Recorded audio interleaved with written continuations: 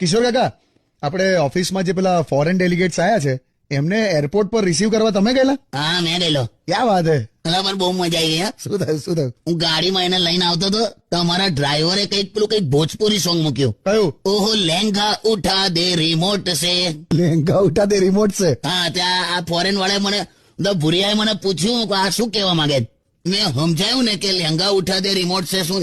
પેલો તો જે ગૂંચવાયો એને તો એવું થઈ ગયું કે ટેકનોલોજીના બાબતમાં તો ઇન્ડિયા કેટલું આગળ છે લા. પછી એને લહેંગાનો ટોપિક કાઢ્યો કે આ તમે જે પહેર્યું છે લહેંગો છે એમ. મેં કીધું હા. પછી મને કે કેટલો વખત ચાલે. પછી મેં આખી આપણી હિન્દુસ્તાનની આખી સિસ્ટમ સમજાઈ. શું? મેં કીધું લહેંગો લે ને નવો એટલે લગભગ 1-1.5 વર્ષ પહેરે. પછી એ લહેંગો પછી એની વાઈફ થોડુંક આમ ઓલ્ટર કરી અને છોકરાના સાઈઝ ના બનાવે. હા, એટલે વર્ષ લગભગ એ ચાલે. પછી એ જ લહેંગાના તકિયાના કવર બને. એ કવર થોડા વખત ચાલ્યા પછી એ પાછું કચરા પોતામાં વપરાય કાપડ.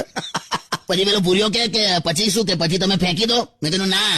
પછી 6 મહિના અમે એ કાપડથી બૂટ સાફ કરીએ. હા. એના 6 મહિના પછી એ કાપડના બાઈક સાફ થાય. પછી 6 મહિના પછી છોકરાઓ એને ગાંઠ મારીને બોલ બનાવે માલદાડી રમવા. પછી મેં કીધું એ કાપડને સહેજ કેરોસીન છાંટ્યા પછી ચૂલો હળગાવવા માટે કામ લાગે. અને એ જે ચૂલાની રાખોડી થાય એનાથી પાછું વાસણ અજવાળાય. એની માને એને તો ગાડી ઉભી રાખીને કોલ્ડ ડ્રિંક લીધું બોલ.